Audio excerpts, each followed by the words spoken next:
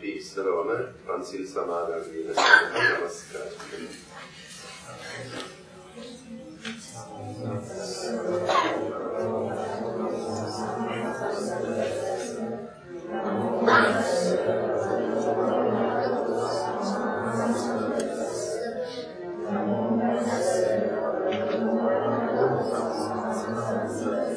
Buddhang saranang gacchami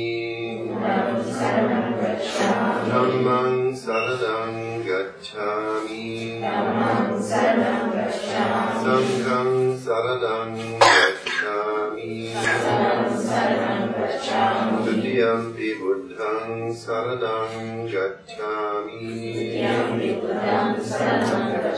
Tutiyampi Dhammang saranang gacchami Tutiyampi Sanghang saranang gacchami Tutiyampi Buddhang saranang gacchami Tutiyampi Dhammang saranang gacchami Tutiyampi Sanghang saranang gacchami Visarana-gamanam sampunnam Manatipata virmani sikkhapadam samadhiyami Parinadana virmani sikkhapadam samadhiyami Kamesu miccācara virmani sikkhapadam samadhiyami Musavada virmani sikkhapadam samadhiyami Suramiraya majjapamadattana virmani sikkhapadam samadhiyami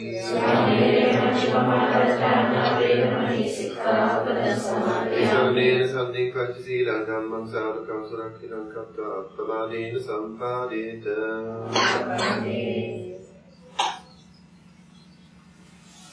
Saddhavanta Paudabhinatni. That is usually the way we address the Buddhists in Sri Lanka. Now just I want to find out if there are any people who do not understand Sinhala. I know there are a couple of my friends who don't understand Sinhala. Yes, the hosts sounds themselves. So, and any other people who are non-Sinhala? Yeah, Asha and Yanti don't understand Sinhala that I know. So I will conduct partly in Sinhala and partly in English. Let's say most of the part in English because I suppose, let me see, may English done nati ayam innada kila samani. English tiranga amaru ayam innada.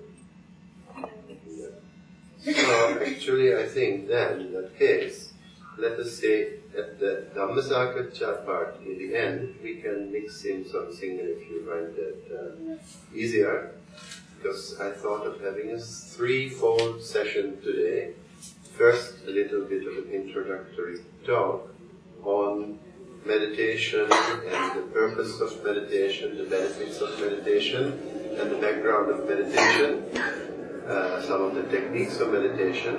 And then the second part, the guided meditation, and the third part, to have questions and answers in the form of type of Dhamma discussion. So, I think in the last part we should open up to Sinhala. Not that I can't speak Sinhala, but I think if everybody understands English, we might as well have it in English. So that language is actually just a means of communication, isn't it? Some people have told me, if you don't know Pali, you can't understand Buddhism. Now, I didn't know Pali when I came to Sri Lanka, and I must confess that I still don't know Pali very well. But I thought to study Sinhala first, to be able to communicate with the people around me, and to get the Buddhism from the translations which were already available for the last 100 years in English. I thought before I know more Pali than the Pali Text Society people, it will take me maybe 10-12 years, and why not study the Buddhism in English? And also, I personally have been influenced by the words of J. Krishnamurti and his teachings, where he says, the word is not the thing. The word, for instance, bhavana, is not actual bhavana, it's just a word. So if you call it bhavana in Pali or in singular, and you say meditation in English, or you say meditatie in Dutch, those are all words. But the actual thing is a different thing. When we say the word rose, for instance, then you have an idea what a rose looks like. If you look, there are many varieties of roses, right? Hundreds of varieties of roses. So when you say rose, you say, I already know what a rose is. But when you look at a rose, the actual rose in front of you, it turns out to be quite a unique thing. And every rose is a different rose, actually. So that's why I thought the language is not the most important, although it helps to understand, but the realization of the real thing, which is beyond the word, is more important. So that is also something that we find in the meditation and in Buddhism itself. We have the ism of Buddhism and the Bud of Buddhism, I would say, if you understand what I mean. Ism of Buddhism may be the organized religion, where we have Buddha, his disciples, then the teachings, the Dhamma, the temples and the Bana preaching and the Pirit and the Dana and the kind of ceremonies that we have, Bodhi Purjava, and Nikayas and the Guru Sishya Parampara, that type of organization, we can say that is the ism of Buddhism. And the Buddha, that part, Buddha actually means enlightened one, someone who has attained enlightenment. And that is not the name of the person, it is the quality of the enlightened state of that Buddha. So we have Gautama Buddha, but we also have Arahanta Buddhas, we have Pacceka Buddhas, Vase Buddha. So that kind of realization of something which leads to the freedom of Moha, Dvesha and Moha, basically, is what makes the person an enlightened one. And only the person who has realized that for himself, you can say, is a real Buddhist, or he is like a Buddha. And as Buddhists, for instance, we follow the Buddha and his teachings, and we take refuge in the Buddha, Dhamma, Sangha, in the Triple Gem, and also we try to observe the 5 precepts, and therefore we say, we are Buddhists. But just being a Buddhist does not mean that we have understood the same as the Buddha has understood. That is something that we have to strive for, and the Buddha has given many instructions. They say, Asuhara Dahas Dharmaskanda, 84,000 teachings in different ways, and different aspects of the Dhamma, in order to basically to become free from suffering. When the Buddha summed up his teachings into 2 things, he said, there's only 2 things which I teach. That is, dukkha and the way out of dukkha. It's as simple as that. If you look at it in this 2-fold division, the fact of dukkha and the way out of dukkha. If you put it into 4 pieces, you get the 4 noble truths. The fact of dukkha, the causes of dukkha, the end of dukkha, and the way out of dukkha. So that also is what the teachings of the Buddha mainly were about. And all the other, additions like the history of Buddhism, or the philosophy of Buddhism, or the stories around Buddha's lifetime and other events, are part of Buddhism as a kind of organized religion, and they are beautiful and may be worthwhile to know, but they don't lead you to Nibbana. So what actually if you like to be in samsara, of course. I don't know how many people really want to be in samsara, but there may be some people who really like samsara. You know, then of course you can go on and on and on. Samsara is up to yourself, actually. And some people think samsara is a wonderful place, a lot of variety. You know? That is in the human world, in the animal world, and the Devaloka, Rathna, but also there's Tirisaloka and Anada. Now nobody likes to go to Nargadi, but you never know what will happen. So, anyway, even in the Manushya Loka, there's lots of variety, never a dull moment yet. But there's always some form of unsatisfactoriness. Even if you get the best food, the best clothing, the best housing, the best of everything, still you find is not 100% satisfactory. Because how long can you go on eating nice food, for instance? Huh? Of course, every time, again, 4 hours later, 6 hours later, you get hungry, and the pleasure of having nice food is one kind of worldly happiness. Buddha never said don't have worldly happiness, but don't confuse it with real happiness. And so, there we have to see the difference between what is called worldly pleasure or laukika sukha and the real happiness that is lokuttara sata. Otherworldly happiness or real happiness that is actually the bliss of Nibbana is the only what we call real lasting happiness. So then we can say on this side of Nibbana there is all kinds of worldly happiness, and every human being, basically every normal human being, likes to be happy. Nobody wants to be unhappy.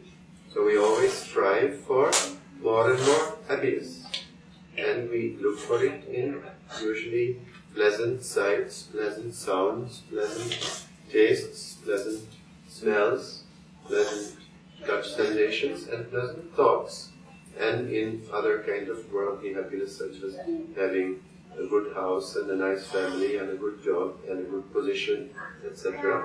All that is called worldly happiness. And the Buddha never told us to be unhappy in this world, but he says something that whatever we do in the world, it is never 100% satisfactory. Whatever happiness we get, it always has a beginning and a middle and an end. It never lasts forever. Therefore, it is called a form of unsatisfactoriness. And unfortunately, that word dukkha in Pali has been translated to English in an unsatisfactory manner as suffering. So when you listen to the Buddha's teachings in the old English translations, it starts with birth is suffering, growing up is suffering, getting old is suffering, getting sick is suffering, not to get what you want is suffering, not to get what you don't want is suffering, suffering, suffering, suffering. And after some time, people start thinking that the Buddha is a real pessimist. But then you could wonder, what is that smile doing on Buddha's face? He's always smiling. You never see him unhappy. Not like Jesus hanging on the cross. He's always peaceful and happy. So there must be something else than this suffering, or this dukkha. There must be another thing which the Buddha had found, which makes one real happy, really happy, and not sort of after death, which some people seem to think, like when people pass away, they usually say, may he or she attain the bliss of Nibbana, Nibbana Sapamela Deva, after death. And when you wish somebody in this lifetime, very few people actually wish that, may you attain Nibbana in this lifetime. You say, what? Is that a good wish? Or some people seem to think that it's something which we attain after death. But actually, when you look at the Buddha's own example, he lived for 80 years and he attained Nibbana at the age of 35. And then he lived on for another 45 years. Free from lobha, dvesha and moha. That was the big difference. Not that he stopped living, he actually started really living and working for the welfare of the society and the happiness of many after his enlightenment. So he was not some sort of zombie who didn't have any feelings or, just mechanically living, right? You like that word zombie, no? So the Buddha was a real human being with compassion and acting out of wisdom and compassion at the same time in response to the need of the people who were suffering. And he was trying to help wherever he could. For 45 years, untiringly, he has been teaching to show the path which he had discovered for himself. Unfortunately for him, there was nobody in the world at that time who could lead him completely out of suffering at that time. There were these teachings called Samatha Bhavana, Yogi Bhavana, and all kinds of jhanic meditation available in the Hindu world at that time.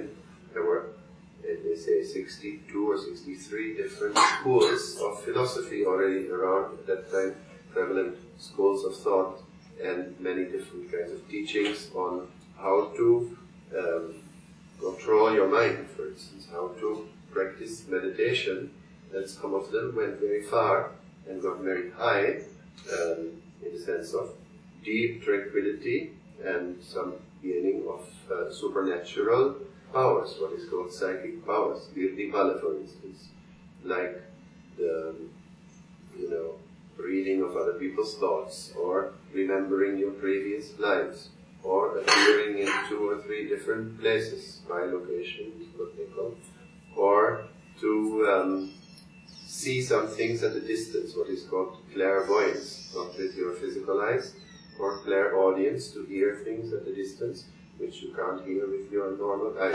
Those are called supernatural powers, or Virdi-bala. And that was a result of those meditations, and people thought that is really great, and that is the end result and aim of the meditation. So, and you have to attain that by denying yourself a lot of worldly pleasures. That is what is called the Dharmapriya part of it.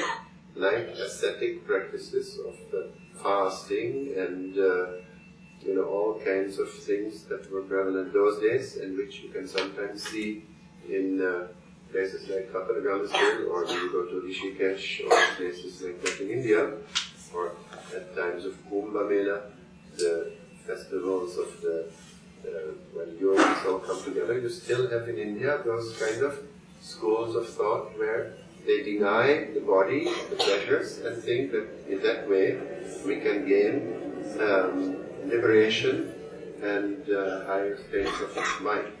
Of course, higher states of mind maybe can be attained by that sort of practice, but liberation from suffering, liberation from avidya, that means from ignorance, or what we call illusion, that is moha, that cannot be gained through the practice of those yogic techniques.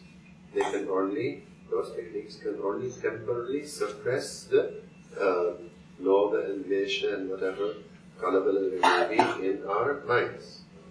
But the real freedom from what is called the causes of suffering, which is basically avidya and tanha, if you look at the 4 noble truths, the second noble truth,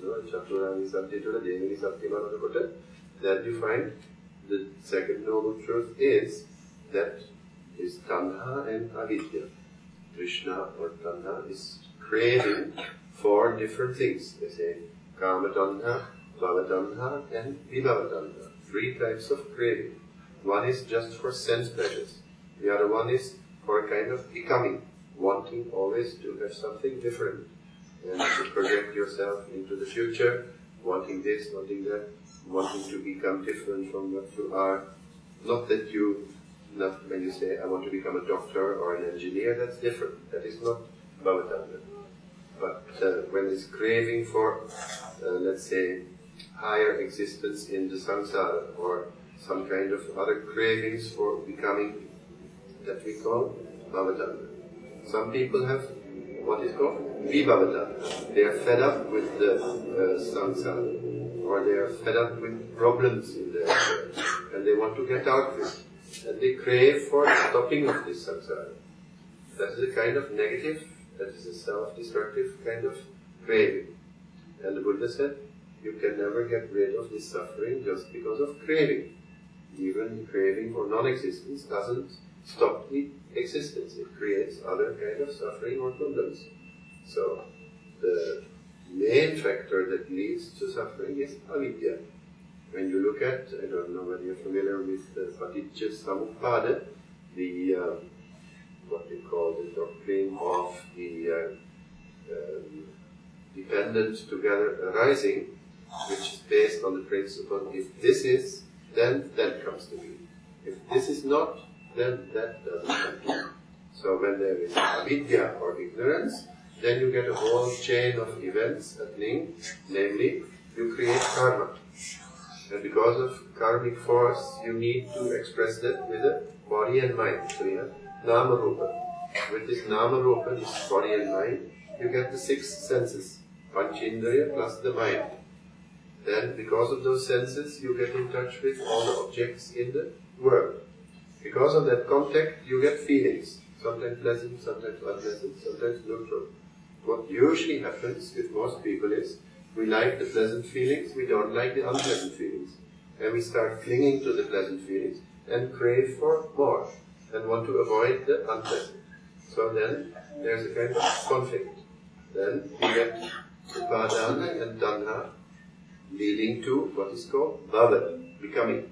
And that bhava itself leads to birth, and because of birth, decay, death, and again rebirth. So that whole cycle of birth and death and rebirth is kept together basically by tanha based on avidya. Therefore, the second noble truth says this is the cause of dukkha or unsatisfactoriness. So, now sometimes we think we have to get out of samsara to experience the real happiness. But in the case of the Buddha's example, he was enjoying the bliss of Nibbana for 45 years during his lifetime. That is because he overcame the avidya, the ignorance. You know, now in the English dictionary, if you look at ignorance, sometimes you see not knowing anything, like an ignoramus means somebody who doesn't know anything. But that is not the meaning in Buddhism. It is not that we don't know a lot of things. Some professors and some very learned people can still have avidya. You know, vidya is not the opposite of avidya. Vidya is science and information and all the knowledge which you can collect by reading, by hearing, by studying, and so on, by research and development. So all that kind of thing may be called vidya or science, or we can call it dhanuma in Sinhala, the knowledge that is accumulated, like a lot of information. Nowadays you can get all the information through Google. You don't have to go anywhere, just sit behind your computer, you get the whole thing also. So that is not necessary to store in our brain anymore. At least we have to know how to find it. So that kind of dhanuma doesn't overcome the avidya. That is the problem. It is not like accumulating a lot of knowledge, but it is actually getting rid of what is called the moha, or the illusion. Not to see the things as they really are is basically the avidya or the moha. So then the Buddha found, and that is the difference between the teachers before him and himself and after him, that there is a way to overcome that avidya. Not through suppression of all the asavas and all the kind of likings and dislikings, which is a temporary solution, but by starting to see the things as they really are.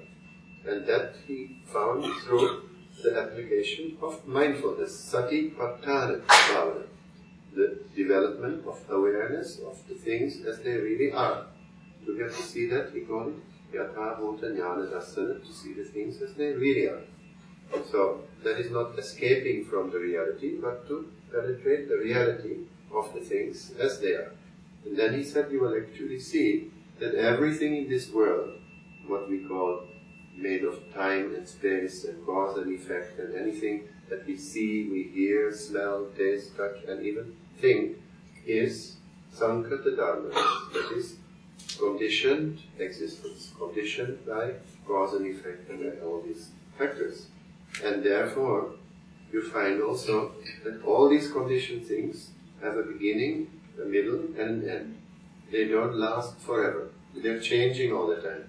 They're never the same for 2 seconds consecutively. So they're like in a flux. But we like to keep the things permanent. That is a tendency of people because we want to have some security. We hope that something in this world is really permanent. But the Buddha showed there's nothing permanent. What is permanent is there's permanent change. It's changing all the time. There's nothing really permanent in all the Sankata Dharmas or the conditioned existence. So don't look for your real security in those Sankata Dharmas. He doesn't deny to have like a good job and good income, and the Buddha also was like an economist. Sometimes he gave advice on how to live your life wisely in the worldly sense of the word also, but not to try to find your real security in only that aspect, in the worldly things, because you find they're always changing.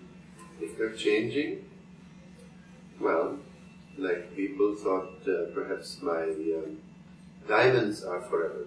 There's one title of a film. Diamonds are forever.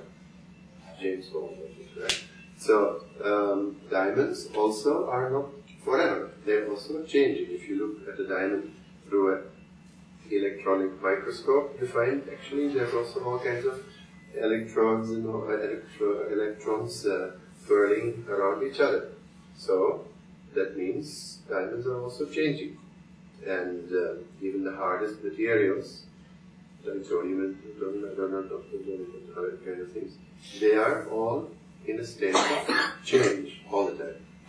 So, then when it comes to oneself, for instance, we hope that our body will remain young forever and healthy forever. But that also doesn't happen. Nobody, including the Buddha himself, was free from aging and disease and death. So, then if we realize, okay, the body is not permanent, it is changing, perhaps some of my feelings may be permanent. But what happens to the feelings? They change all the time according to the circumstances. Then they say maybe some of my intentions or some of my ideas, or maybe part of my consciousness may be permanent. That's how some of the philosophies and religions started to project a permanent consciousness, or a soul, or a self. That if this body is not permanent, if my feelings are not permanent, my thoughts are not permanent, perhaps my soul is permanent. So that's how the Atman idea came, that you are really that, but thou art that. Atmamasi, you are that, not this. And then the Buddha came around and said, no, even that is not your Atman. That is not yourself, not a permanent thing. But there's something else which we call the unconditioned, asankata dharma, or the unborn, uncreated. And that is called Nibbana. Now Nibbana is not something like a God or a self or a soul or a heaven or a place or something that we can really touch, but it is what is called an asankata dharma, an unconditioned something which can be experienced not by thinking, not by hoping, not by wishing, not by creating it with your mind, but through the mind itself. One can actually experience it in this very human lifetime. And the Buddha gave the example that it is possible. So, somehow or other, he showed that first we have to see the things as they really are. Realize that they are anicca, dukkha and anatta. This changing nature, the fact that it's changing means it cannot be satisfactory forever. Therefore, it is a kind of unsatisfactoriness or dukkha. And if that is the case, then I cannot call it really myself, my own, my soul, or my real born self, because it is changing all the time. Therefore, it is anatta.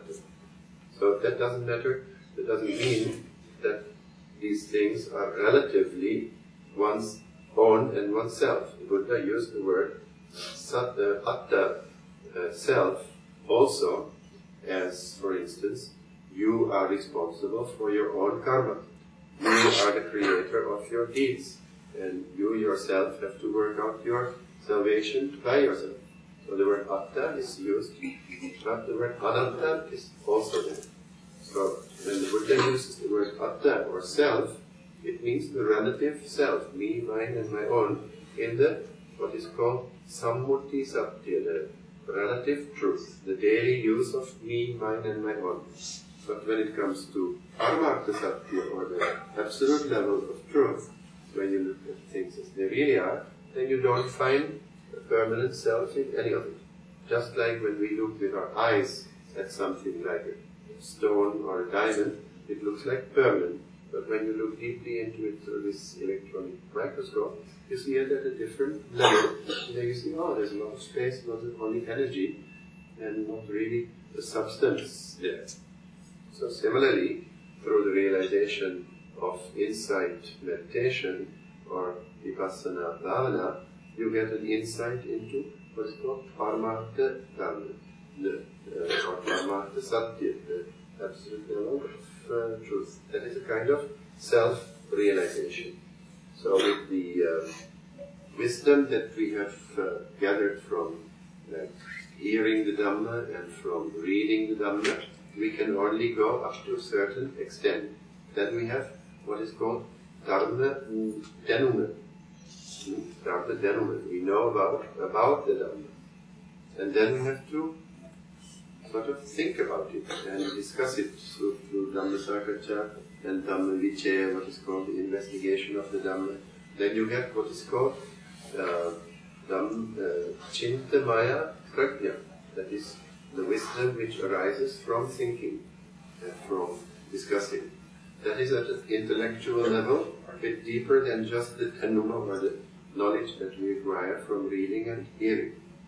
Then you have to practice it and realize it through some form of meditation. And not just by samatha bhavana, just tranquilizing the mind, but through some kind of insight, wisdom, which comes from being aware and paying attention and practicing what is called sati, or mindfulness. Through that, you can actually realize those things for yourself. Then it becomes what is called avabodha, that realization, or self-realization, or what is called bhavana maya prajna, the wisdom which arises from meditation. So that's the deepest level or the highest level of the wisdom which we can realize for ourselves. Then the Dhamma and those words which the Buddha was talking about become more meaningful, and it is something which they cannot sort of take away from you. It becomes your own. And even though there's no permanent self, but still it is not somebody else's, it is your own wisdom. And that really has an effect on what is called the akusala cetana in our minds. It creates a kind of uprooting of lobha and dvesha through the uprooting of moha. So then, what the Buddha said when he got enlightened, aloka udapadi, jnana udapadi, chakku udapadi, vidya udapadi, all those things came into being, light and the eye of wisdom opened, the knowledge arose, the wisdom arose, because of his insights into the reality. So he saw a lot of things, like the paticca samuppada, which I mentioned, almost 12 links of avidya, paticca samuppada, that how the karma is created if there is avidya, and how it can also stop when there is no avidya, and how bhava and tanha can be overcome if the avidya is not there. So basically, insight into that we can also get for ourselves. The Buddha said not to just blindly believe anything because everybody believes it, or because it is written in the books, or even because the Buddha said it himself. He advised not to just believe it blindly. That is, andavishvasa avashyana. We can sort of investigate it for ourselves and think about it. If it is not against reason, if it seems to be leading to the happiness and peace and freedom from suffering of yourself and of others, then you adopt it.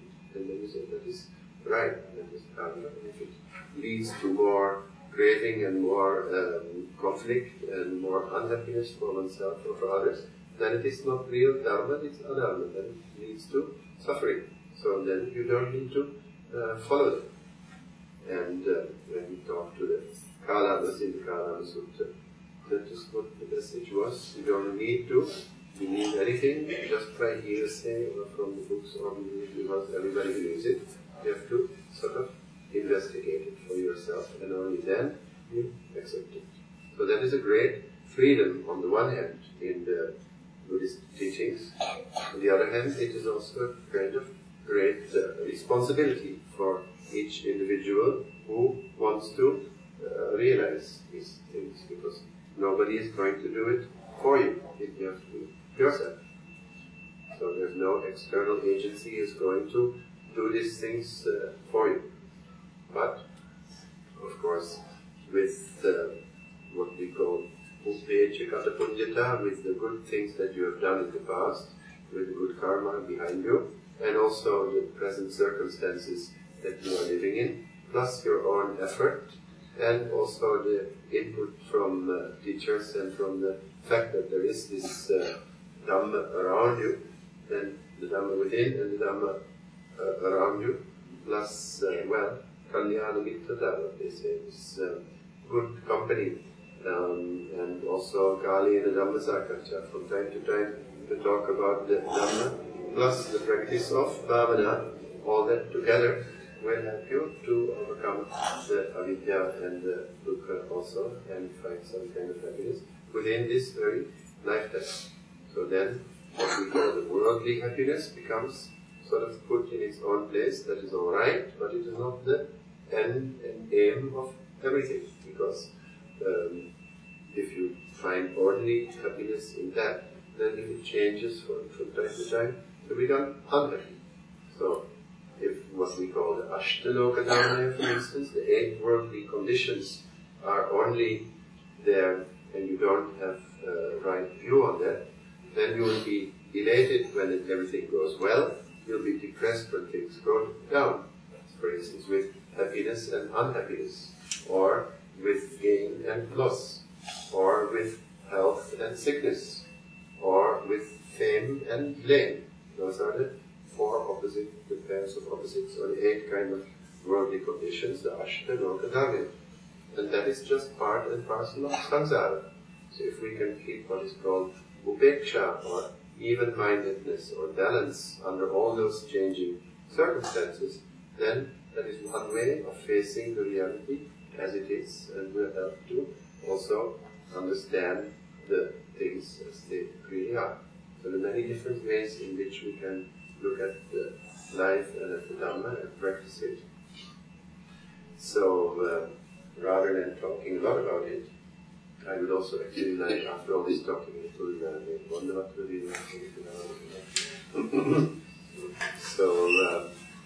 then, after this, we will practice a little bit of meditation, if you don't mind. Anybody who would mind doing meditation a little bit? My mother used to say when I said, shall we meditate, that it won't hurt, will it? So it will be quite okay. And based on that talking about, and also the meditation when we go along, after that we can have kind of Dhamma discussion.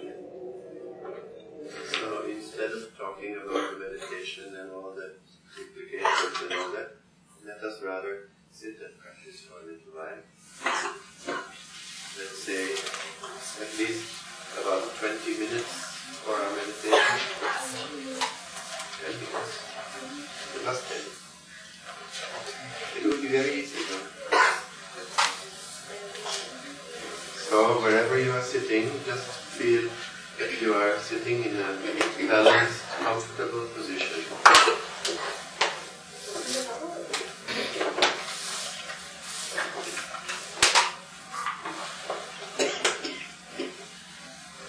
Let us sit for meditation. With your body straightened up a little, balanced, not becoming rigid. Relaxing your mind and body, with the eyes gently closed. Letting go of all the thoughts about the past and future. By focusing your attention on your body sitting here now.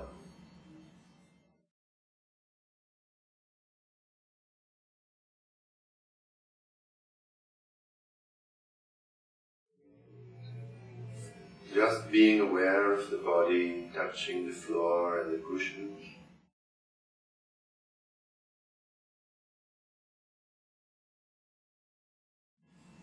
Being aware of your bodily posture, the way you're sitting.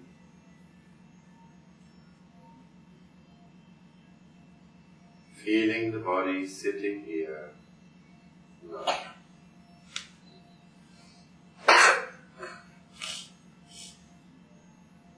All the way to the top of your head, and from top to toe. Being aware of your body sitting here from moment to moment. And if there are any tensions in your muscles in the body, become aware of those tensions and relax those muscles.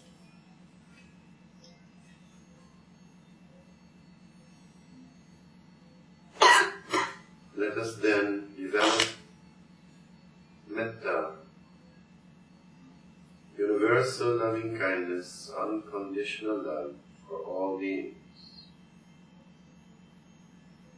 including yourself and starting from yourself. By wishing from your heart,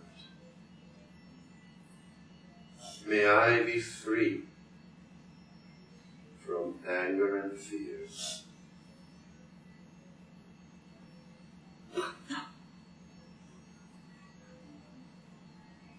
May I be free from greed, hatred, and delusion.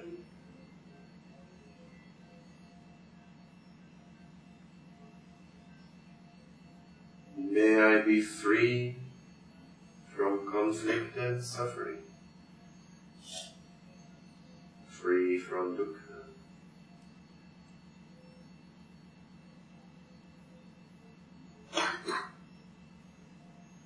May I be well, peaceful, and happy.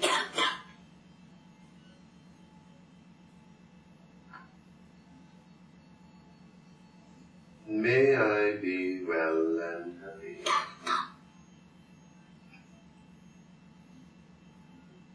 Navani dukkvam va, nirogivam va, dukkhin vidam va, surapatvam va, surapatvam va, surapatvam va.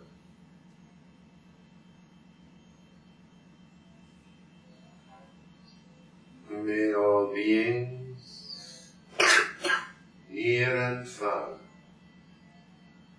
be free from conflict and suffering, free from dukkha.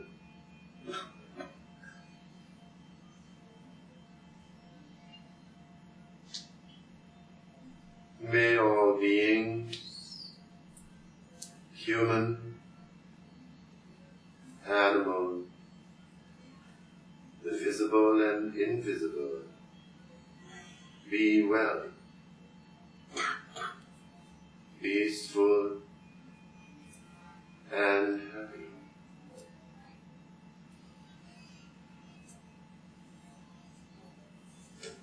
May all beings, all directions, above,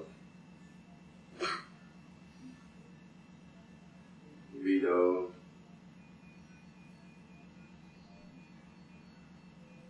in front of me, behind me, to my right, to my left, and all around in all directions. In the north and south, in the east, in the west. May all beings be well, peaceful, and happy. May all beings be well and happy. Sabbe Sattva Bhavantu Sukhina.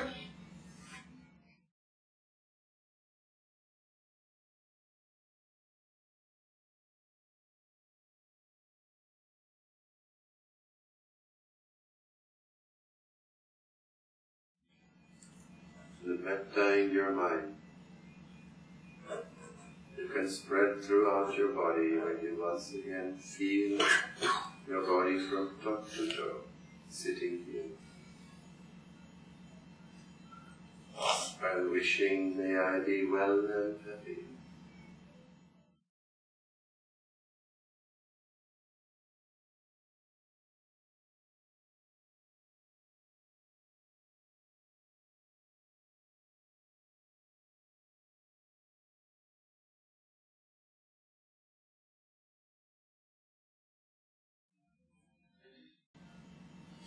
And spreading metta throughout, from near and far to all beings, wishing, may all beings be well and happy.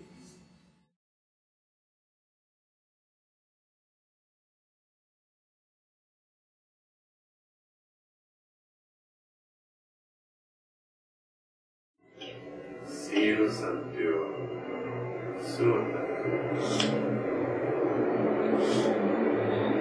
Sutta Sutta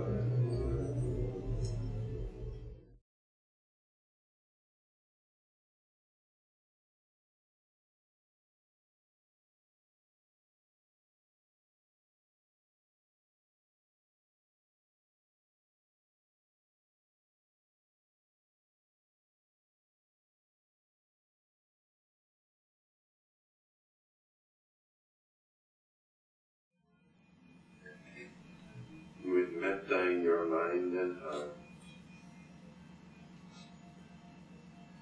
and the tranquility that it brings. You can then start focusing your attention on the chosen object, the Anapana, the touch sensation of the breath inside your nostrils.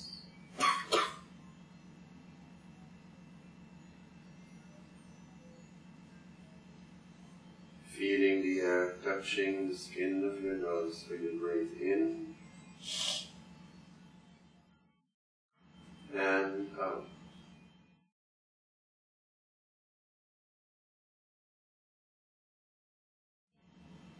If you don't feel anything there, you can take 2 or 3 deep breaths to really get in touch with that subtle sensation. Know exactly where it touches and focus your attention there.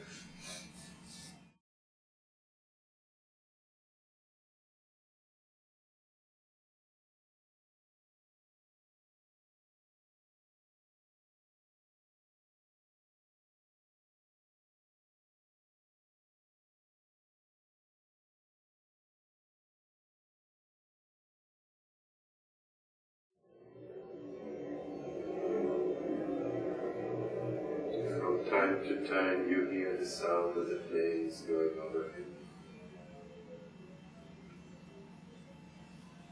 Just notice the hearing when it takes place.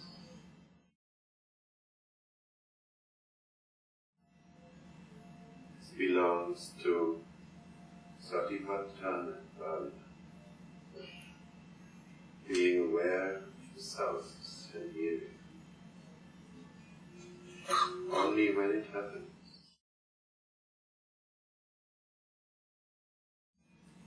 You can bring your mindfulness back to the touch of the breath inside your nostrils. Whenever the mind has gone to some other place or object,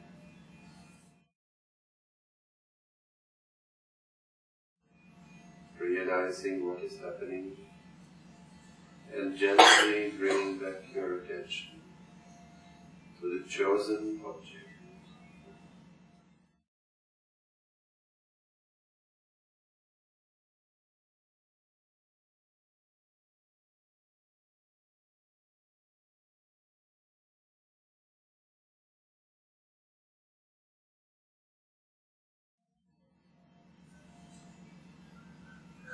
And trying to feel as much as possible of the whole breath from the beginning, through the middle, to the end of each in-breath,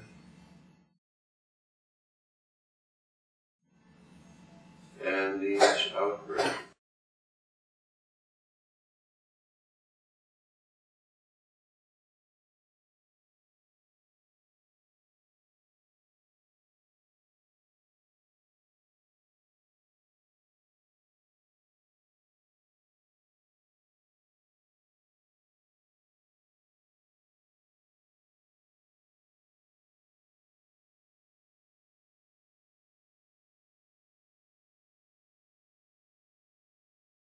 Naturally, your mind does not stay on the chosen object all the time. It will think this and that, go here and there. Be attracted by sounds or by feelings. Just notice what is happening. Hearing, feeling. Or thinking. Make that little mental note. Do not get involved in what to hear and see and feel. Let go of that object and return again and again to the Anapana, the breath inside your nostrils.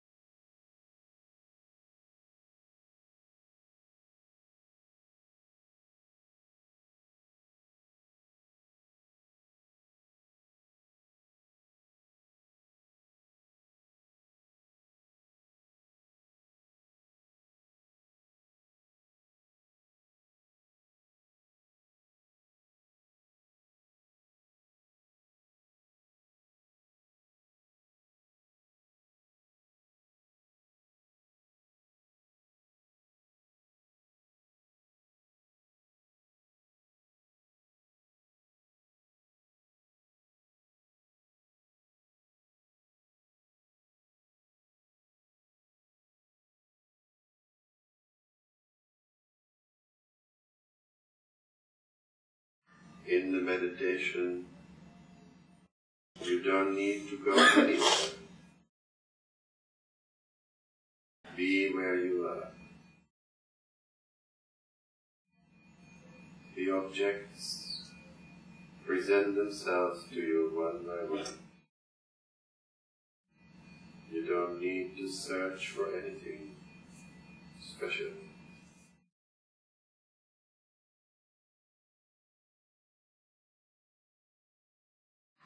And focus your mind whenever possible on that subtle sensation of the breath. Anapana sati bhavana.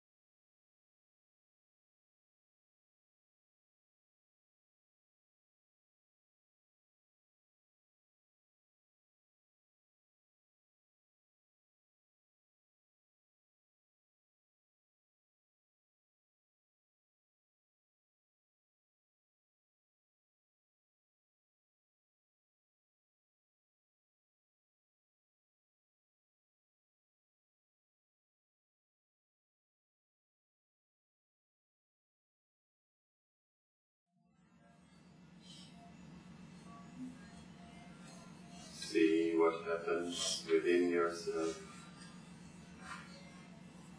to your state of mind when you focus on the breathing. You might experience calm, quiet.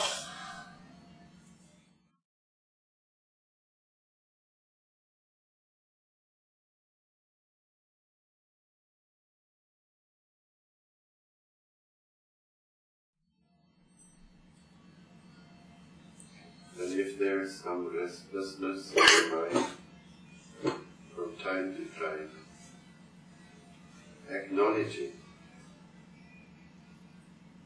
as restlessness,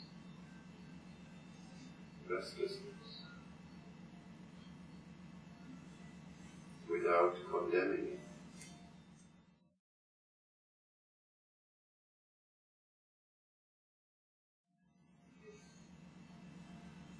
Then letting go of it, you can return again and again to the originally chosen object, the breath inside the nostrils.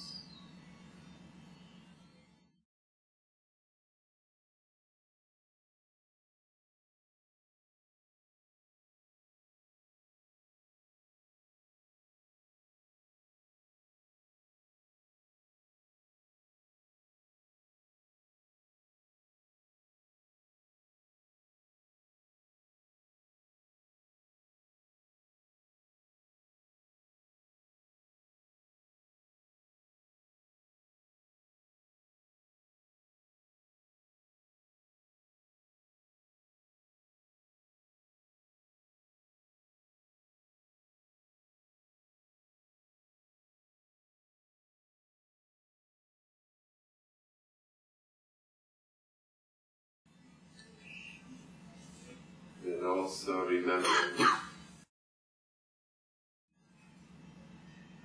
that the peace and happiness we are really searching for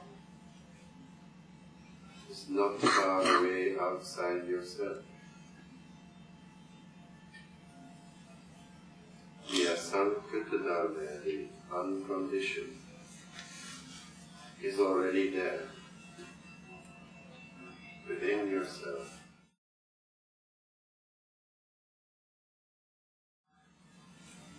By seeing the breath and the thoughts and whatever coming and going, and letting go one by one,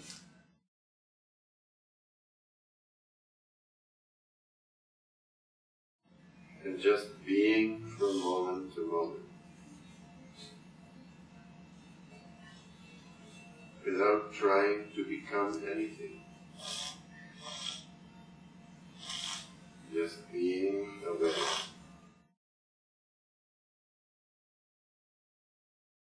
You might touch upon that other dimension, the unborn, uncreated, unconditioned.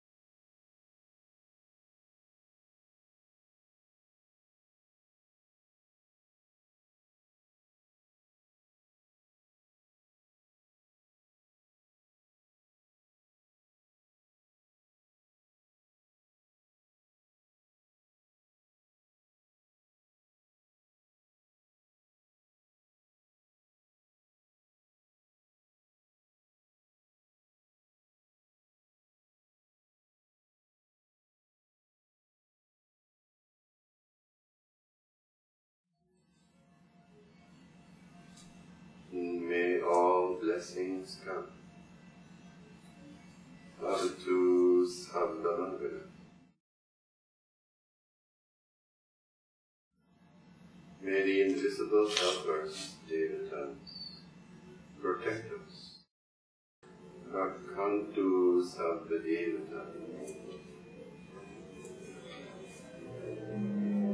By the power of all enlightened ones, Sampabhuddhanubhave.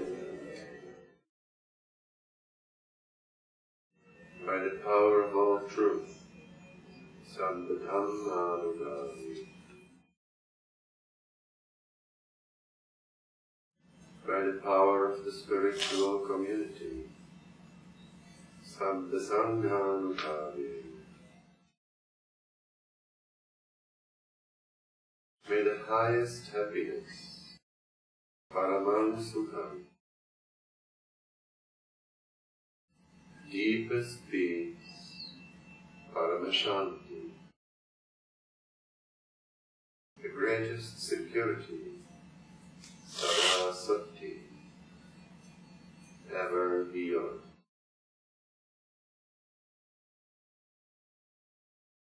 Bhavatu Sambhavangalam Rakhamsu Sambhadevata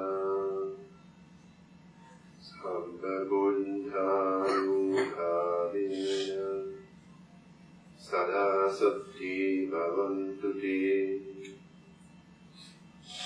Bhavatu Sambhavangalam Rakhantu Sambhadevata Sambhadhammanubhavena Sada Sati Bhavantu Te Bhavatu Sambhamangalam Rakhantu Sambhadevata Sambhasanganubhavena Sada Sati Bhavantu Te.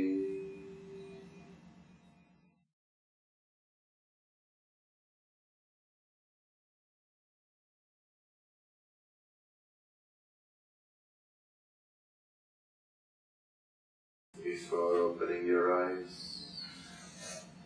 towards the end of the meditation, it is always good to once again feel your whole body sitting here,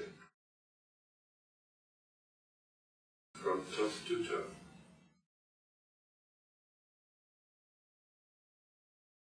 And to become aware of your surroundings, the hall in which we are sitting, the people around you, next to you, the sounds around you, near and far, and to experience the silence around you, and especially within you.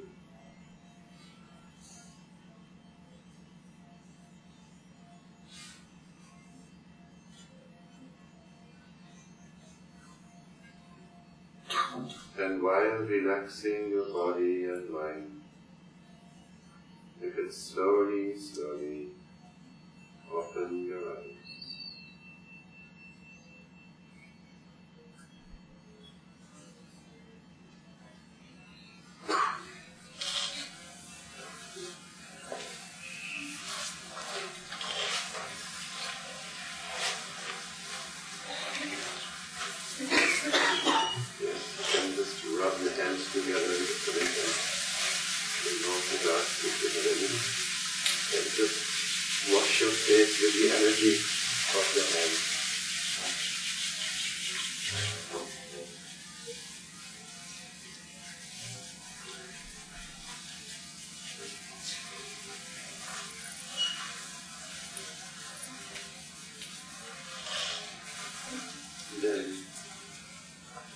If I may suggest something, is that we, because you've been sitting for more than an hour, almost 1.5 hours, just slowly and mindfully get up and practice just 1 or 2 minutes of standing mindfulness.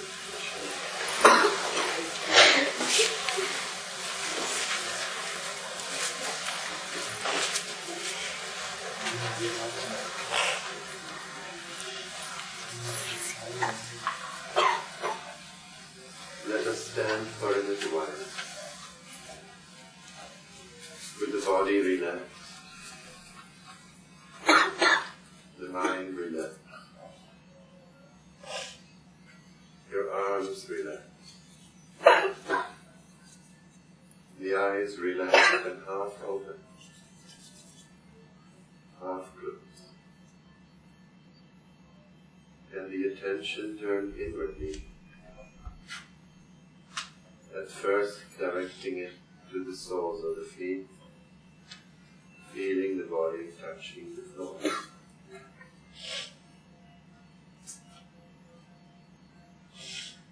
And then becoming aware of your body from the soles of the feet upward. Your legs and trunk.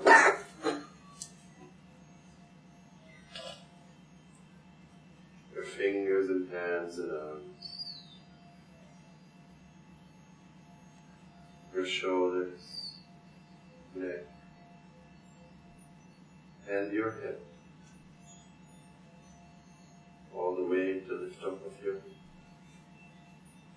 till you feel the subtle sensations on the top of your head. And from top to toe, being aware of the body, standing, standing, standing, standing.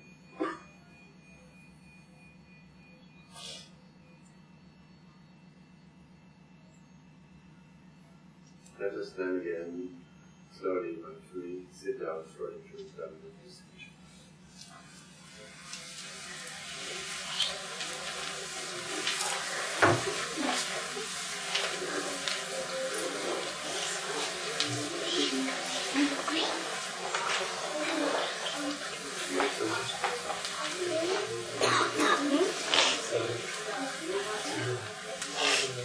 I don't know.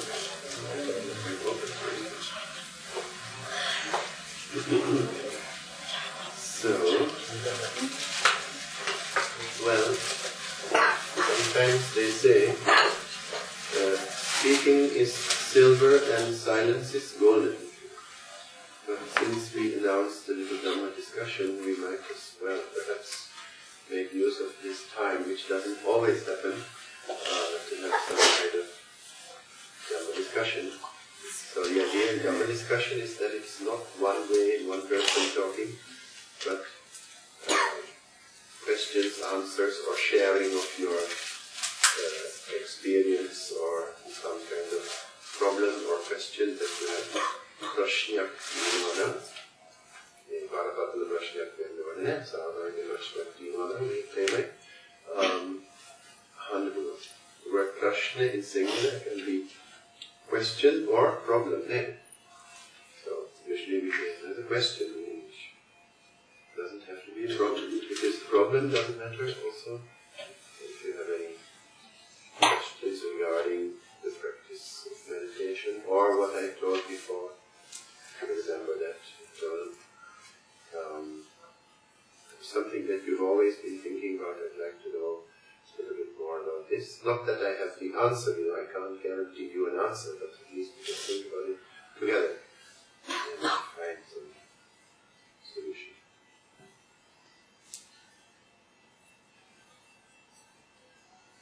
So who is the first one to ask this? This is under the theme Kālena Dhammasākacchā Etāṃ Mangala-Buddhamasti.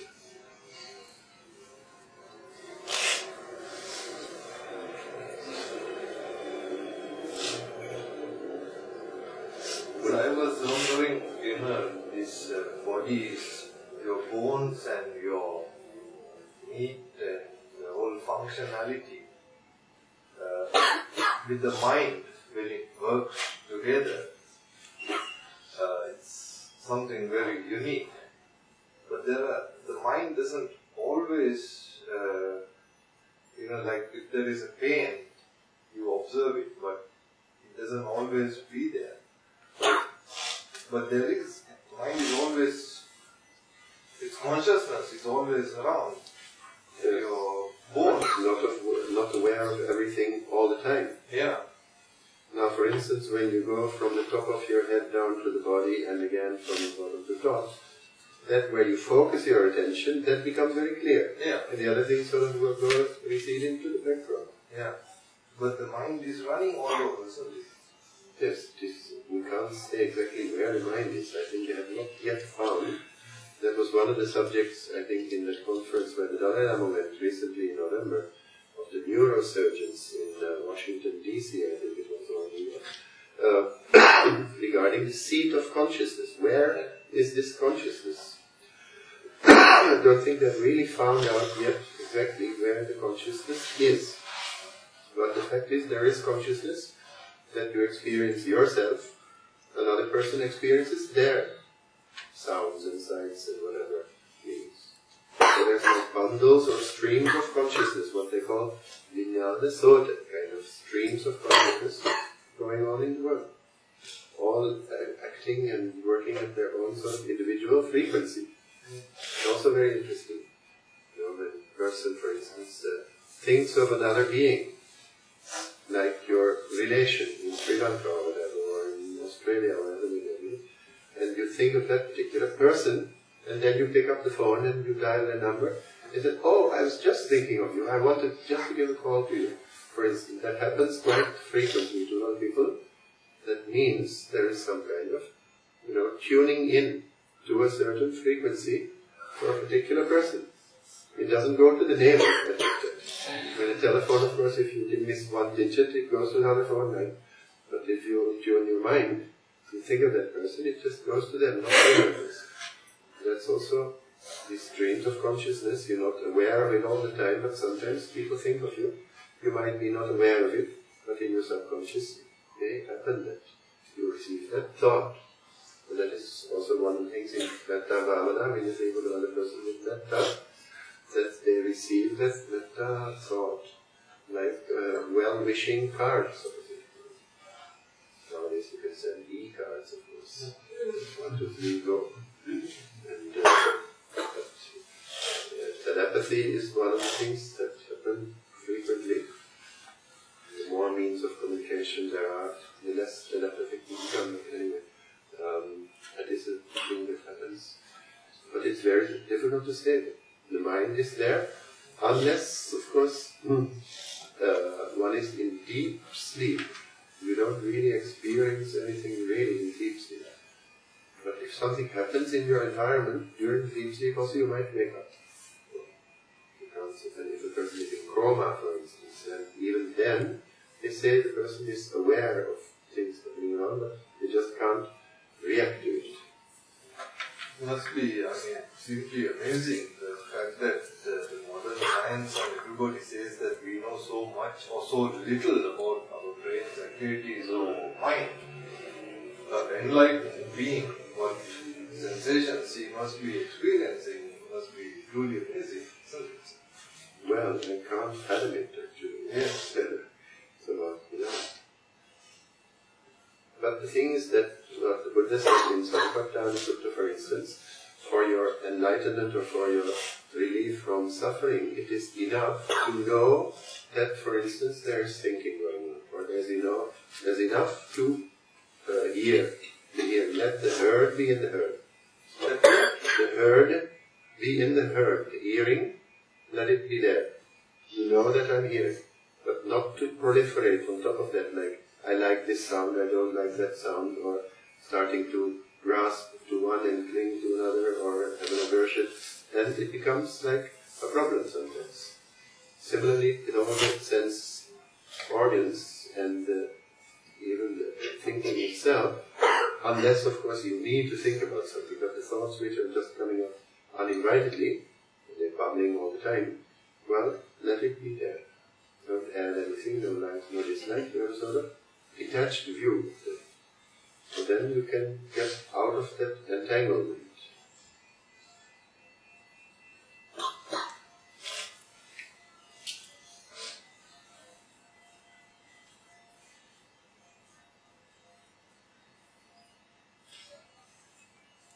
I don't know whether that's sort of answer to your point, or if you have anything more to that. No.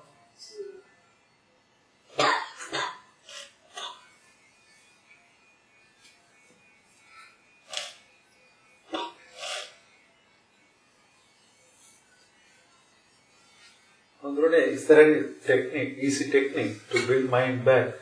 What you said is quite good enough, but to practice and to hold our mind in one position.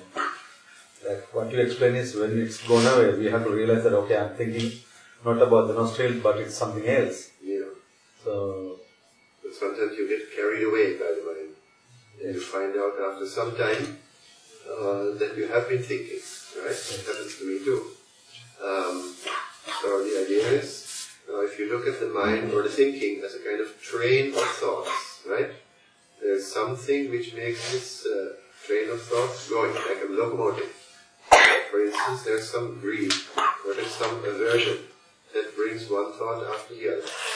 And then, if you're not aware of it, it just goes on, and after some time suddenly you realize, oh, the train of thought has gone by, and you jump on the last wagon, so to speak. But if you can jump on the locomotive with the driver, and you see the greed coming up or the aversion coming up, then perhaps you can dip the thoughts in the mud. That is in a heightened state of awareness or alertness. If you are really practicing for some time in a quiet environment and you raise the level of awareness, you can catch the mind more quickly. But very often, of course, because we have so many duties and so many engagements and so many impressions, that there are lots of thoughts coming up, especially if you have nothing to do. It seems that when you try to meditate, there's more thoughts than usual. Perhaps there's as many thoughts all the time, but you're not aware of them. Because now you have nothing to do, nothing to see, nothing to, think about, but the thoughts come. So if you notice that, you can bring your mindfulness back into the present by giving, if you can't feel the breath, because the breath is very subtle, then maybe you can't feel it. Especially if you're calm and quiet, then this sensation is very, very thin, very subtle, not gross enough to notice. So then you can come to, for instance, your body sitting here, feeling the touching points. That is one technique. You feel your buttocks and your knees and your ankles touching the floor, or whatever part of the body touches the floor. Bring your mind there, and then you find all of them place. Zen, I'm here. Or another way of doing it is, if you just open your ears, your eyes, sometimes your eyes also slightly open the eyes, and get in touch with your environment, and bring back your awareness to the present moment. That helps. And you feel sleepy or dreamy, then slightly opening your eyes, not to go all around, but just where you're sitting, slightly open your eyes so you see, get in touch with the present moment. Or opening the ears to the sounds around you. the sounds are always experienced in the present moment. You can't hear the previous sound anymore. Only in your mind if you think about it. But if you open your ears and your mind to the sounds, then you are always in the present moment. So sometimes they use what is called meditational music, kind of pleasant sounds or the sounds of gongs or some kind of sometimes electronic new age kind of music. Or classical Indian music, Shastra Gita or some kind of drone of the Kampura or something like that, which is constant sort of drawn sounds, and that also will keep your attention in that. But in Vipassana meditation, of course, they say you should be independent from any kind of external, agency, or even the use of incense, which may be calming, or the use of music, or the use of mantras. Try to avoid that and just be mindful. So without any kind of external aid, or even the use of internal aids like mantras.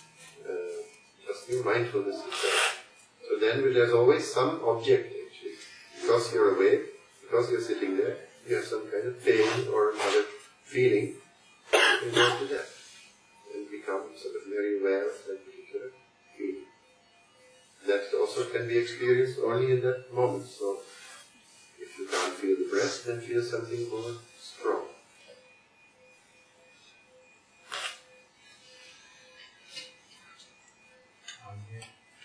I read so in the sermon Anapana as a samatha as well as vipassana. The fact that Anapana Sati Bhavana has two aspects, like one aspect is it's a form of samatha bhavana, or tranquility meditation. That is, if you focus on it all the time and you try to exclude other objects and you try to get absorbed in the Anapana, and you do that for some longer period, you might get into tranquility or absorption or dhyana on Anapana. And the other aspect is that it leads to insight, so it is part of Vipassana in the sense that you can start seeing, for instance, a changeability of the breath. Seeing that it has a beginning, a middle and an end. It's never the same exactly. Or as a stepping stone for Satipatthana, as a part of Kaya Vipassana, you use Anapanasati, and then practice more Chatur Satipatthana, the four mindfulness.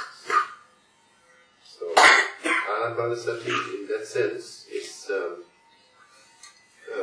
used for both. If you practice Samatha Bhavana, you want to stay with Samatha, then you have to exclude the other objects. Try to not hear, not see, not think, and if you do, immediately come back to the chosen object and get absorbed in it.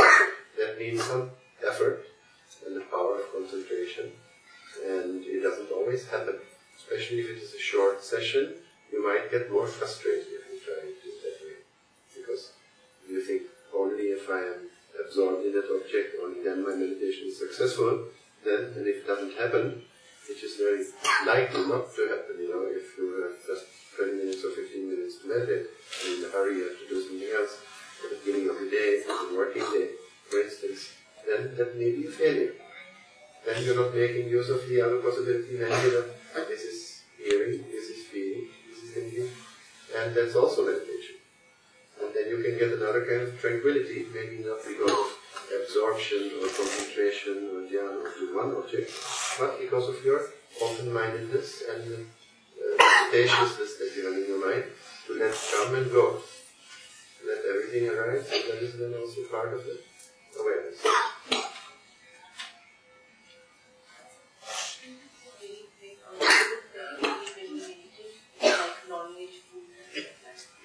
Does food have an effect on our meditation? Yeah, well, there are different kinds of foods, they say, in the Indian system of looking at it. You have this tamasic food, rajasic food, and sattvic food, for instance. Yeah? So,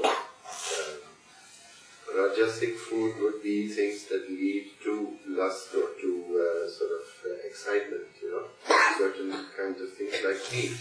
If you feed the dog meat, for instance, become more aggressive, right? More lively sometimes, but also more aggressive. So certain foods are called tamasic. They are slowing you down, they make you dull. Other foods are sattvic, like oil, vegetables, and things like that.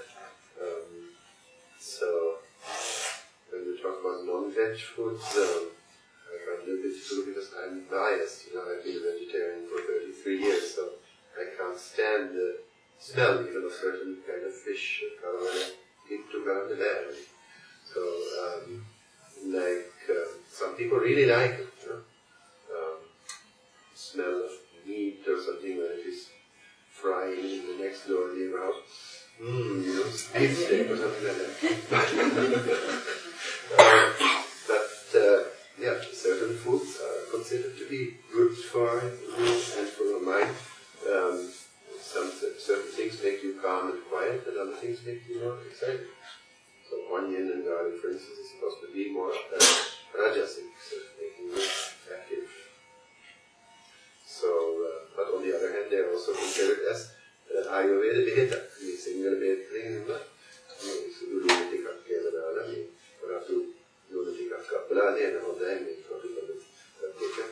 like that. There are certain things which are supposed to be good for health, but maybe sometimes exciting for mind. So, in certain cases, like the example is the Tibetans, for instance. They're very good Buddhists. Almost all Tibetans are Buddhists. But because of the climatic conditions in the high Himalayas, where it is 9 months a year ice and snow, and not enough warmth to grow vegetables, they have to eat meat. Not that they eat lots of meat, they also have other like barley, sampa, grain food, kind of annual, which is this barley, and they make it into powder, and they mix it with everything, and then they mix it with butter, and they eat it like gulli type of thing, or they mix it with tea and have it in a kind of paste form. That kind of thing, you can make roti of it. It's like a whole food in itself, instant whole food. They carry it with them wherever they go. And, once in a while, they say, because of their karma or whatever it is, they were born in such an environment, so they have to kill animals to live, also to have their kind of protein. And then they choose to kill one big animal rather than many small animals. So they kill yaks from time to time.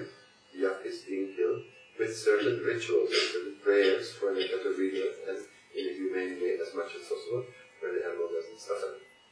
So, or at least not suffer too much. And that kind of thing, when they came out of Tibet to Nepal and to India, where they can have dal and all kinds of other kind of pulses to replace the protein, the Dalai Lama started encouraging them to become vegetarians.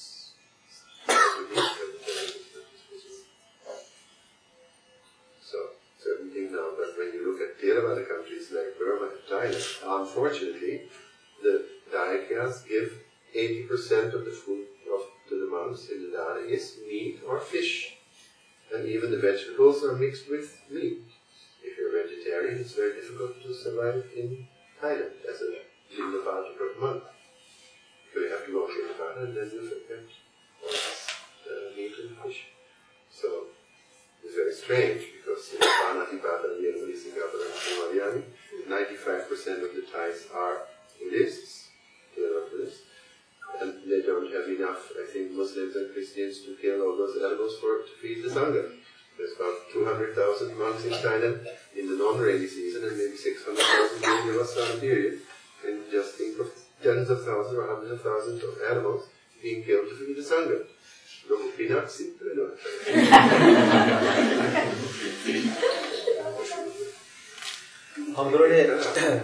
පිළිකුල් භාවනාව කරන එක අපිට පහසු නැද්ද? මොකද අපි හැම දෙයක්ම දැන් අපේ මස්, කෙස්, ලෝම, සෙම සොටු අපිට ලේසියෙන් හඳුනා ගන්න පුළුවන්. අපි ඇත්තට තියාගෙන අපි ඒ දිහා බලනකොට අපිට හිත එකඟ කරගන්න අපි ඒකේ තියෙන අනිත්‍ය ගැන කල්පනා කරන්න පහසුයි මට තේරෙන පහසුයි කියලා පිළිකුල් භාවනා කරනකොට. ඔබ වහන්සේගේ අවවාදය කොහොමද? පිළිකුල් භාවනාව නැත්නම් මරණානුස්සති භාවනාව වගේ දැන් මරණානුස්සති භාවනාව මේ පිළිකුල් භාවනාව ඒවා මේ ආරක්ෂා භාවනාව අතර චතුර් ආරක්ෂා භාවනා කියන දෙයක් තියෙනවා. එතකොට ඒ භාවනාව හතරක්ම තමන්ගේ හිතට ආරක්ෂාවක් ඇටියට වැඩ කරනවා කියන එක. ඒකට පිළිකුල් භාවනාවේ හතර එකක්. අනිත් ඒවා කැටියෙන් කියනවා නම් බුද්ධ ධම්ම සති සති භාවනාව. බුදුහාමුදුරන්ගේ මුල ඉතිපිසෝ දාතව ආදී ධම්ම සංඝ සති භාවනාව කරනකොට එක්තරා ආරක්ෂාවක්. මේ මොකද සද්ධාව දියුණු කිරීම සඳහා එක්තරා ක්‍රමයක්. ඒකට අනිත් එක මෛත්‍රී භාවනාව. මෛත්‍රී භාවනාව කරනකොට එක්තරා ශක්තියක් දෙවන ආරක්ෂාවක් ඇති වෙනවා. මේ මෛත්‍රී සිතිවිලි වලින් යුක්තව තමන්ගේ හිත සංසුන් කරලා එතකොට හොඳ කුසල චේතනාවන් වලින් යුක්තව හිතනකොට ඒක සමන්ත අනුන්ට ආරක්ෂාවක් වෙනවා. එක්තරා ආරක්ෂා භාවනාව. නමුත් මෛත්‍රිය තියෙන කිට්ටුව තියෙන මේ තරහකාරිය මේ කාම තණ්හා කියන්නේ. ඒකට lustful thoughts somehow it may lovely කියන නැත්නම් love කියන චේතනාව වලට සමානයි. ඒකට ඒකෙන් නිදහස් වීම සඳහා තමන්ගේ ශරීරය ගැන 32 parts of the body කියනවා නේද? කේසා ලෝමානාකා දක්වා කියන ඒ පහ ඊළඟට ඇතුළට ගිහිල්ලා මස් මාංශ ආදී එමකොන්ස් and marrow and spleen and liver කොහොමද ඒවා මෙලේ කරනකොට තමන්ගේම ශරීරය ගැන සමාවිනික අපාවෙන්ට ඉඩ තියෙනවා. But the idea is to seek to counteract the lustful tendencies, to grasp and say, make a lasana again. Sometimes we think, some people have beautiful hair.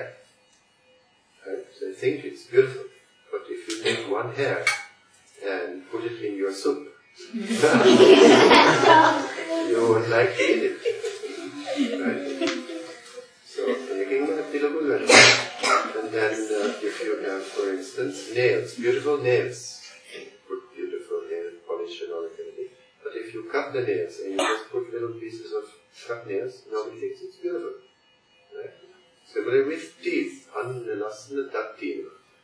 Colgate, Bavichi Karama, and so then if you have one tooth falling out and you put it there in front of you, it becomes beautiful. Similarly with skin, beautiful skin. So the skin itself also, if it becomes like you have a rash or you have burned your skin, it stings. So that kind of thing also, if you think about it in that way, you can counteract what is called the tendency to get attracted and enamored with the body.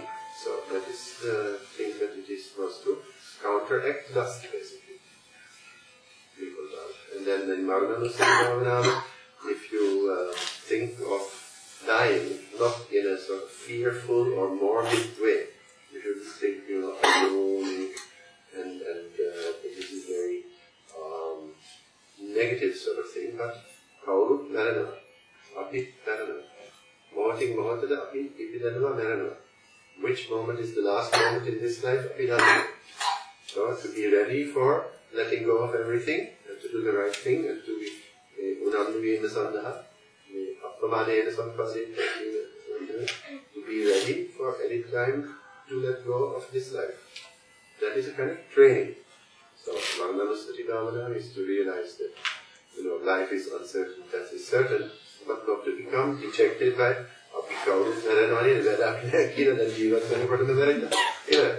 so that is not the idea. So we have to live as long as we live, but we have to be ready to let go. And if that training is there, also be aiming possible, this may be my last breath, but not with the idea of that would be a negative outcome.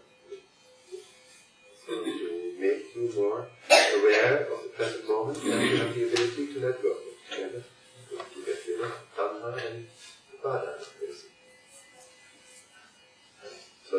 kind of protection to the mind. That's why all these 4 different types of meditation, they say, Chaturāna Bhavana Lanka passe, Anapana sati, Evagina Vipassana Navana Vyaneka, on that, on the number. Not to spend a lot of time on it, you can do it quite quickly as sort of 4 reflections before you start doing the Anapana. And in Buddha Dhamma Sangha Sati Bhavana Karmanda, somebody Gata, he got a Vinaya. Right? You get a mindful Bhavana Karmanda, without phenomena to it, pick up there. Not mechanistic, with feeling, is just that kind of quality of metta. Then to reflect on the physical side of the body also, just even by the 5 parts, Kesa, Loma, Maka, Danta, Tatu. Kes, Lom, nails,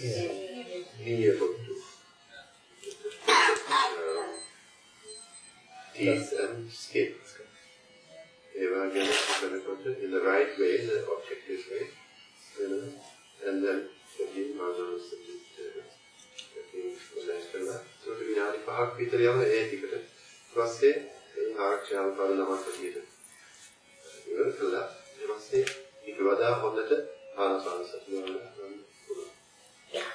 So you only need Anapanasati after that, or any other meditation systems? Well, yes, Anapana is actually part and parcel of Chatur Satipatthana Bhavana. Satipatthana Bhavana means to be aware of the body, including the breath, but also to be aware of the body when it sits, whether it's sitting or standing, or walking or lying down. So that kind of more elaborate mindfulness meditation is part of the Kaya-nusati, Vedana-nusati, Chitta-nusati, Dhamma-nusati. That if you can be aware of all those things as they come, one by one. You don't have to sort of finish one section and then go to the next, and then go to the next, and follow the text only. Then it becomes mechanical. Then it becomes like borrowed knowledge. It's not really the experience of life that it comes. Sometimes one thing may come first, which didn't come in the text first. So, if you practice that kind of mindfulness as it comes, you recognize this is body, this is feeling, this is mind, this is kind of Dhamma, nature or qualities or even the hindrances.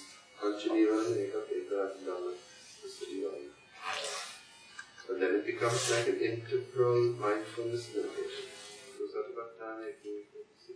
They say in the Satipatthana Sutta, no, in the Mahatma Sutta, that if you practice this for 7 years, that alone 7 years would you believe, 6 years, 5 years, 4, 3, 2, 1 year, 6 months, 5, 4, 3, 2 months, 1 month, even 2 weeks, even 1 week as a minimum, depending on one's previously done sort of practices and then if you practice this, then certain results like so on, or even beyond this, Anagami and Arahat can be almost guaranteed. It's not like no good money back sort of thing.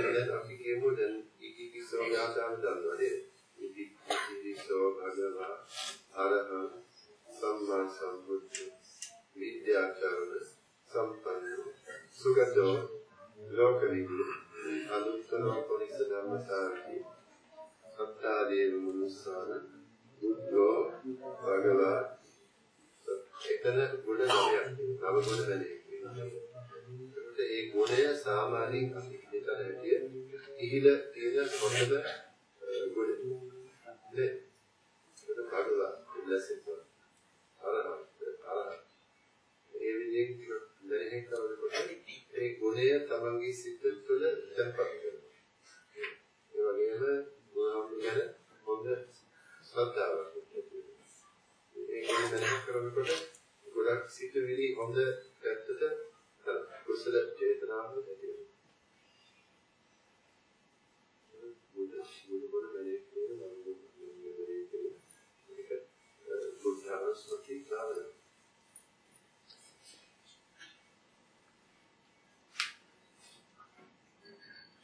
පුතාලගේ ගෙදර ගිහලා කල්පනා කරනත් හාමුදුරුවෝ කියලා දීපුවා ගැන. අද ප්‍රශ්න දෙනකොට ප්‍රශ්න ඇස් කරගෙන නැද්ද පුතාලා? කවුරු ප්‍රශ්නයක් කියනවද? Did you think of any? Oh, sorry, you can't understand anything. Did you think of any questions you wanted to ask? No? Were you too busy with your computer?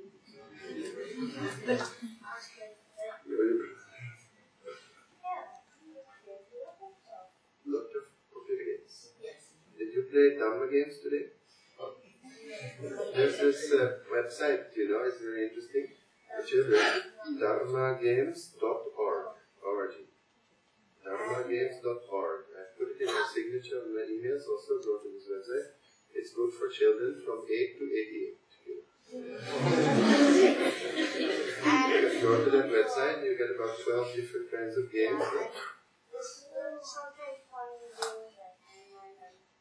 Not Hangman, that's not in Dharma games. Yes, but it leads to understanding the Dhamma. Like this one monk who is collecting lotus flowers. And you have to go like, he has to avoid the dangers, you know, because when the danger comes close by, you have to go to the other side. The arrows up and down, you might avoid that danger. This danger is greed. Another danger, lust. Another danger, anger. And then you try to collect as many flowers as possible. This one. This one like these and yeah, a lot of good games. so that The Dhammapada is there also, you can look at the Dhammapada. You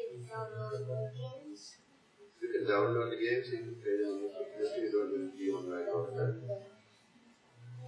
That is, if you like Dharma, if you like computer games, then you're also interested in Dharma, and you can play computer games and learn the Dharma at the same time. Because a lot of computer games, unfortunately, are very violent, you know, like shooting down all the people around you and things like that. To get skillful in shooting down is very akusala. Yeah. If you're collecting lotus flowers, that also helps you become mindful and then avoid the greed, avoid the anger, avoid this and that. That also helps you become mindful. Yeah. So this is a recommendable website. You need to create it, I don't know by whom. Feed the turtles. Or save the swan. Yes.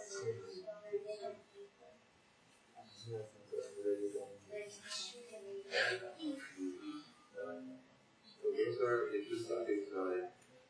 And you have these cartoons also, the life that you have. You've seen that also. We play that also at our meditation center. We have a session for children.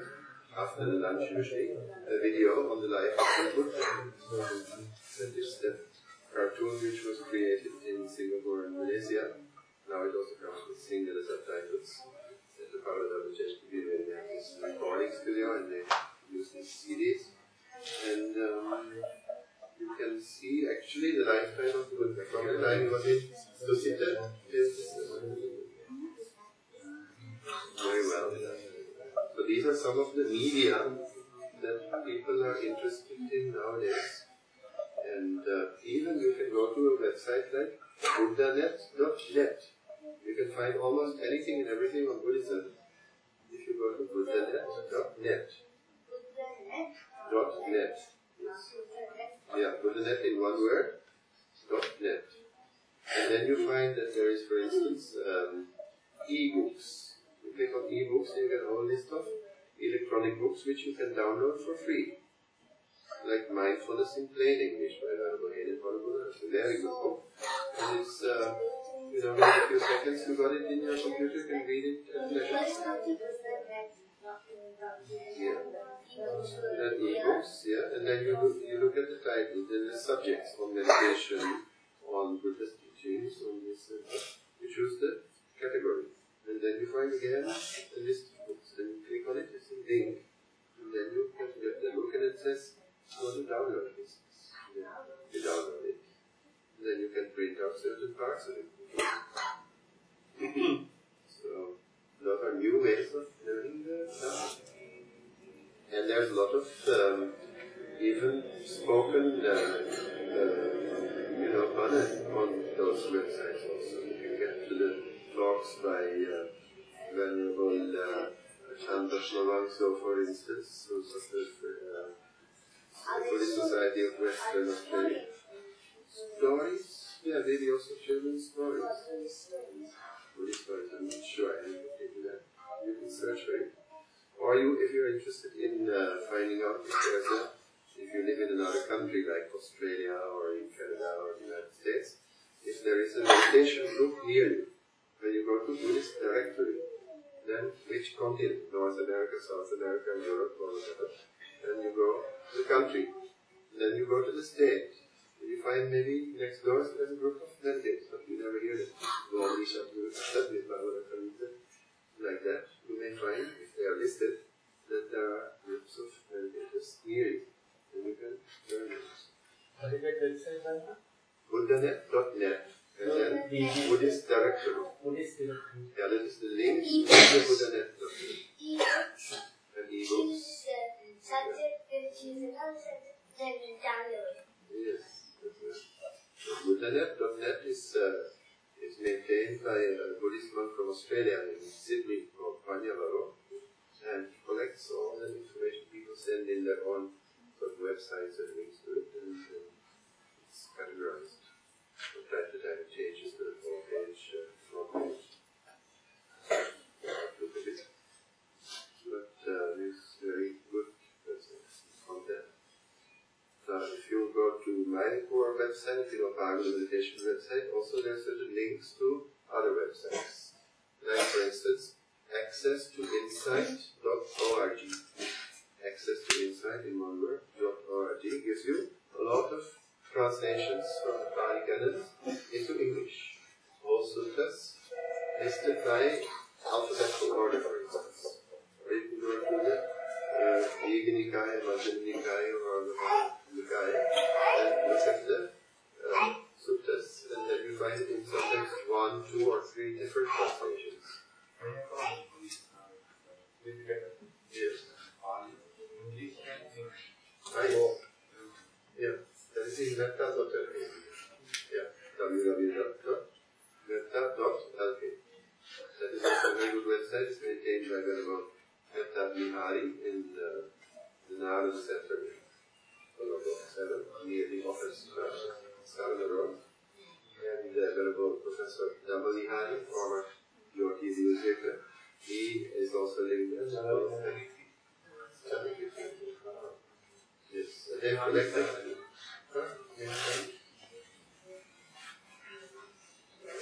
So soon, actually, they're working on a new Buddhist television station there. Within the Anada Center, they have made a small studio, and they've already collected more than 300 hours of Dhamma talks and Dhamma discussions in order to start the Buddhist TV program to be beamed via the satellite and also to be streamed through the internet and also to be put on the local cable television program to start. So there's lots of things happening. And there's Buddhist radio also. There's a 24-hour Buddhist radio station with a lot of singing and sermons if you are interested. Lanka broadcast.com is 24 hours. Huh? Lanka broadcast.com. What is it? Lanka broadcast.com. It also comes on the other name actually. Or if you don't know the address, you put Buddhist space radio, or even Buddhist radio in one word. That's a Google search, and you type the address. I think you're going to read. It's another way. Even in Holland now, I come from Holland, hardly any Buddhism in Holland. There was one group, they called themselves Foundation of the Friends of Buddhism. They had one meeting in the spring and one meeting in the autumn. They came from all over the world, about 15 or 20 people, and that was about it. And now you find 65 Buddhist centers with about 10 to 12 Buddhist temples and their own Buddhist organization broadcasting in TV and radio. That also you can look at through the internet. Very simple, BOS. It actually means Buddhistische Omroep Stichting in Dutch word. Stichting means foundation, Omroep means broadcast, Buddhist Broadcast Foundation, so BOS.nl for Netherlands. And then some people also have done it already, I think you're also watching it. You go to the English website, the Dutch and English language website. Then you go to TV or radio. You go to TV, then to archives, then you find a whole list of all the films which they have been showing already. And with a lot of it in English. But they are already available, downloaded, ready for anyone interested to collect. I'll copy them free. We will copy them free. Yeah. Not a single penny even for the CD. Anyone needed, they can come and collect, including the Buddhist books as well as the Dhamma talks and the CDs. Yeah. So you don't have to go through the internet. No. You can come through Dharmapriya. For the children's course, we are distributing them. Yes. To the And how many films can you get on one CD then? That is take about 40 meg per movie, if I remember correct. 14 megabytes? 40. Some You are can get 300 700 or 800 megabytes on one CD, so you get quite a lot. Yeah. Up to 20 or 15 to 20 movies. There is about 10 gig of Buddhist material available now with us. 10 gig. Anybody can take it anytime. Yes. So there you are, but now we don't have the time to look at those. Yes. Yes. We work so hard and very tired. Anyway, it's made easy, and if you have it on a CD, you can look at it at any time that you have. You don't have to tune into the television and miss the program if you don't do that. So it's made more easy to be available. Our mind is now at the moment, maybe everybody or almost everybody, we are carrying a lot of unnoted information in our brains and minds. Yes. Like 10% useful and 90% garbage. Because it's people like coming through the television, newspapers, surroundings, everywhere. So, could you please explain us a simple or maybe the only way to get rid of this unwanted stuff and to make our minds more clear, so we can receive more good information, good knowledge? Well, I can't guarantee the only way, but maybe I can give a simple way. Let's see. Yeah, a lot of information is actually unnecessary. Some of it is harmful also. So if you are carrying around that information and you keep on thinking about it, and if you are engaged with it, trying to get rid of it even, then it means you are starting to get more and more of those unwanted things. Even if you're trying to get rid of it, that means you are busy with it. So rather than trying to suppress or trying to erase or trying to change that, I would say just come to something else, like replacing. Be aware of what you're actually doing now. For instance, come back to the simple present moment. Ohne der Zittrenjave, ohne der Pidijave, eva, ohne der. You know, like you can't sort of erase it. It's in the memory, but you can not be engaged with it. So neither through likes nor dislikes can you get rid of it. So that if you let go of your interest in it, you know, both in a negative and in a positive way, then you realize this is not necessary.